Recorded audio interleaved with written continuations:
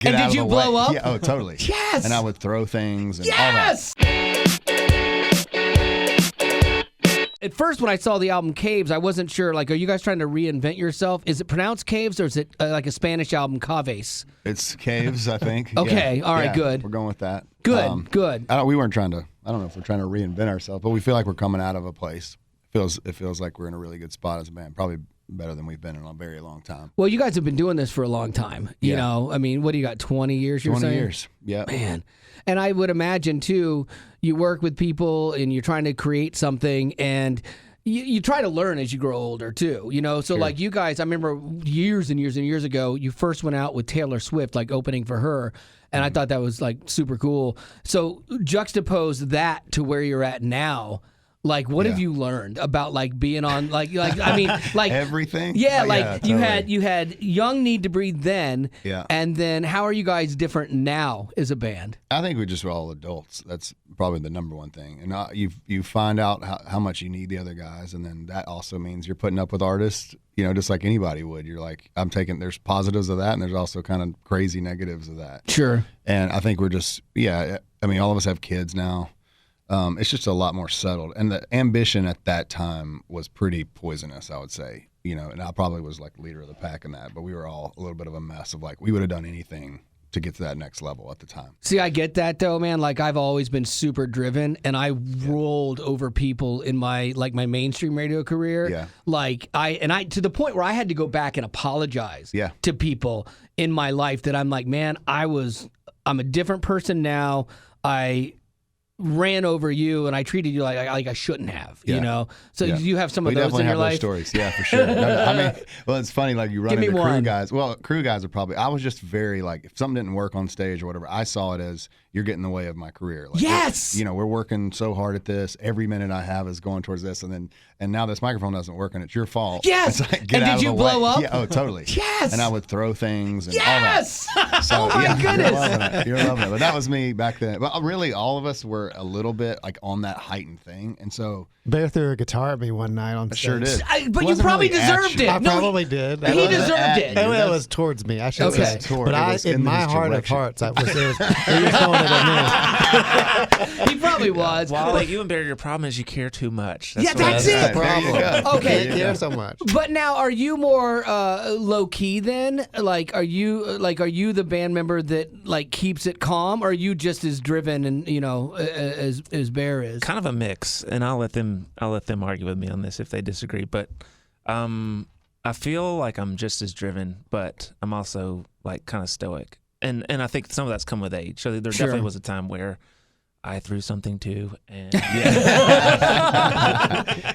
but I would say you're more the like, hey, can we just get some barbecue or something? Yes. He's that guy, which I think is you helpful. need that, Yeah, but you need what that exactly balance. do we need to do to change, and let's move forward. Yeah. But see, that's the thing, though, too. That's part of a good, healthy working relationship. It's like one person is going nuts and the other person's balanced, but those roles can shift. Like I find that with like Betty that I work with. There's days she talks me down, days I talk her down. You know, and you need that, to be successful. No doubt. I mean, it's a forced marriage. That's what it is. For sure. And they say this about marriages, like everybody changes every 5 years or whatever. That's true in this too. And so we've just spent a lot of time on the culture, to use a cultural term right now, but just really trying to make sure everybody loves each other. Yeah. But also find out what their goals are. Like in this season of your life, what do you want? What do you want this band to look like? How much should we be out? What kind of music you want to make? The more we know that and we can kind of play into that, it feels like makes everybody happy when what they're doing. That's a huge difference. If you were to tell yourself this 10 years ago and you would use that verbiage, like, what are your goals in this band so that I can affirm you? You would have punched yourself in the face. No question. Yeah, no question. It's like, I like the whole, you've heard that Second Mountain book or whatever. It's like the idea of like the first part of your life is just all this stuff that's success and all the things that are concrete. And then your 30s are kind of like the back half of that first mountain. Yeah. Then you start finding out what really matters. So it's true, man. man. I'm sure at 30 or 20 even, I would have been I would have been like, it was win at all costs, basically. I get it, man. Yeah. Okay, well, let's do this then. Okay, we'll go through this with each and every one of you. What is a 5-word sentence you would tell younger you, based on what you know now? Now you're adults, you got kids, things like that. Based on what you know now, what would you tell younger you? Like mine would be like, the valedictorian works at Enterprise.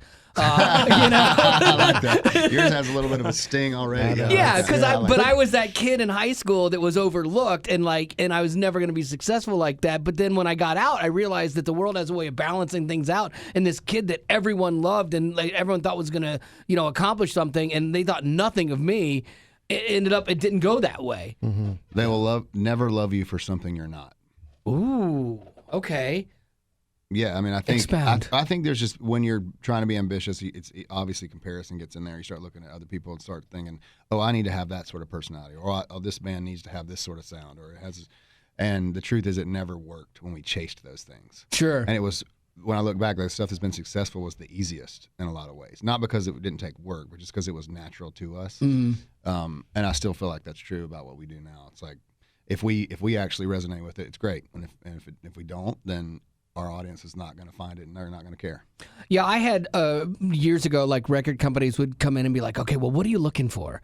And I'm always was like, I'm looking for music that is honest and not, contrived, and not what the formula is. It's like, I want stuff that is authentic to who that person is. And that's exactly what you're talking about, because you can't be somebody else and be successful. No, and it's exhausting. Last. It's exhausting. It wrecks your life. That's the thing. Me in my late 20s for sure was that person. It was just like, oh, I'm gonna going towards Taylor Swift. It's like, I need to have the same sort of presence she has. I need to have the same entourage she has. Costume changes. Yeah, I need it all. You know what I mean? 2 private jets. I'll take that now. Yeah, that would be nice. But it was all that. You know what I mean? It just was and it really wrecked kind of what was sweet about what we had as a band early on. It took a while to get it back. Sure, I get that. All right, Seth, how about you? What do you think? 5 words to younger you. You're going to be just fine. Okay, you know what? I kind of like that, because when you're younger, you think you have all these fears of the future. Yeah. But you do you, and it works out. Yeah, totally. I just had my first child, so I'm a father now. Congratulations. And so I'm getting like the glimpses, the things that you learn, when you become a parent. Yeah. And you will sleep someday soon. Yeah. There's 5 words for you. Yeah. No, but I mean, right now, she just turned a month old. Her name's Amma, and she, it's like she doesn't yet understand that she's going to be okay. Mm-hmm. Each little thing, whether even hunger, is like, will this ever end? And it's like a crisis. And I was just telling my wife, I was like, I just wish I could communicate to her that, like, she's going to be fine and we're going to take care of her. And as I'm saying those words, I'm like, oh, wow. Like, I think that's kind of the message that we all need to hear as adults, too. I love it. That's a really good one. All right. How about you, big man? You're not getting off, Josh. So I would say I had the most time to think about it. Yeah, so that's true. Yours better be great. It's going to be mind-blowing. Okay. Yeah. It's going to be okay at best. No, I would say enjoy all the simple things. That's good. For me, I look back, so my first tour with the band was the Taylor Swift tour. So like I came in like a wrecking ball a little bit, to quote the great Miley Cyrus. But we did so many crazy things that tour, and then for 13, 14 years now, there's just been so many like mountains that you can look back and be like, oh, I remember when we played on Letterman, or we did this, or we did that, and there's all these big things, but there was like the things that I wish that I could tell myself back then, but like, when you're sitting on the bus with somebody late at night and they're like talking to you about their life, or they're hanging out and you're getting to meet people on the road that your song, matters to them. Like, remember those moments, because those are the things, like, now I wish I had more of that I remembered, and I was more present in that moment. Oh, that's good. So, yeah, that is good.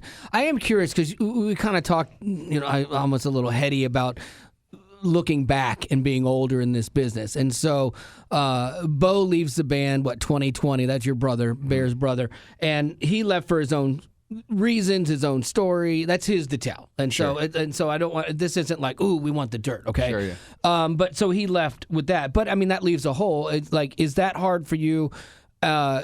Is your relationship better now with him not working together, or is it strained? In some ways, I would say yes. Okay. Yeah, because there isn't strain there. They don't have the business stuff to kind of think about. Because that can mess it up, man. Yeah, there's no doubt.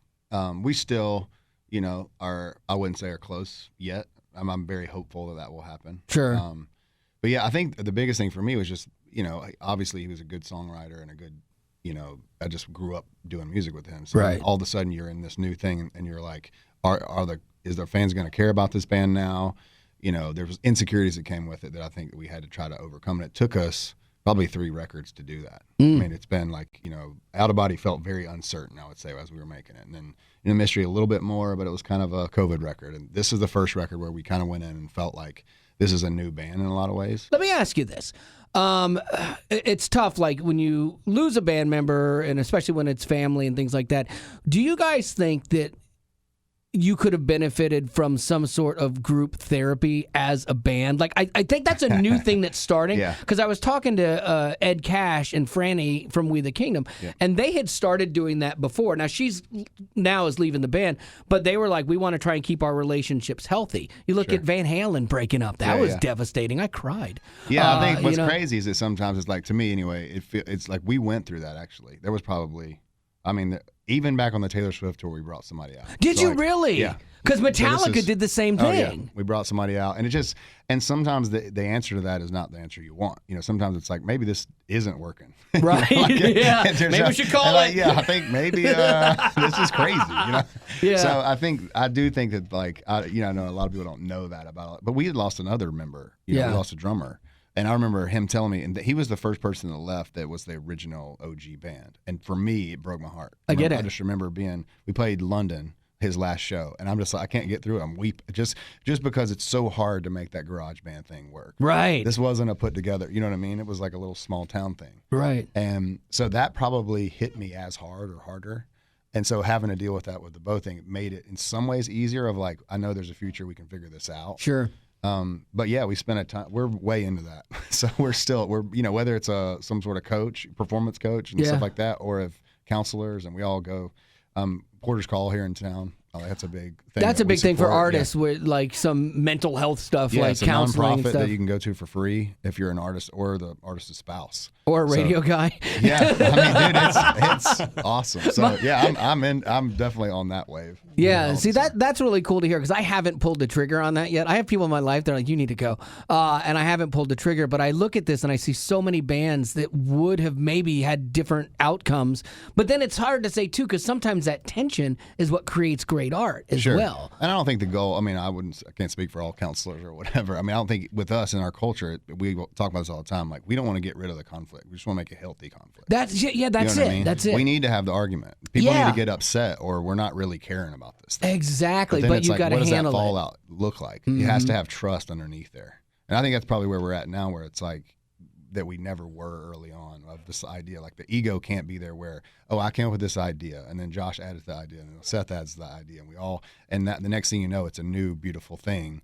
Nobody can try to take credit for that later. Right. I get it. Because if you're already playing that game, now you're arguing for your part over somebody else's, not whether it's better. Mm-hmm. At the end of the day, the product is what matters. Exactly, the collective. And we were all guilty of that for years. So sure. I think everybody would say like we would be the one that in the room fighting for the idea, and then when it worked, you'd be like, that was my, make sure everybody knows. Make sure they always and then when remember. it didn't work, you'd be like, well, if you would have listened to my idea, So. Absolutely. I'm still, I still wrestle with that. It's just, honestly, it's a sweet place to make music now, where we do really feel like there's space to have the idea, but then also if we don't like it, there's space to say that. Yeah. You know what I mean? Like let it play out for a little bit, and if everybody's not feeling it, move on. There's space to fail, which is good. Well, you really hit on it with the idea of respect.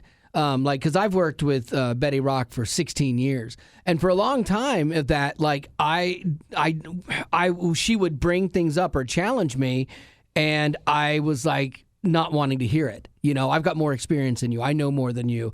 And like it wasn't until I learned to respect what she does that I don't do well, and what she brings, that it's like now, you've earned your place, and it took me having to respect her to be like, fine, tell me anything, like because I know you're not doing it out of your own ego, you're doing it to make something better. Yeah, and I when think you that's realize like that, it's huge. That's the key to it to me of what counseling can give you. It's self-awareness. Yeah. It's like I wish they would tell you in the first counseling session, like, hey, we're going to go through all this, and nobody else is going to change. It's on you. It's going to be you. That's so right. good.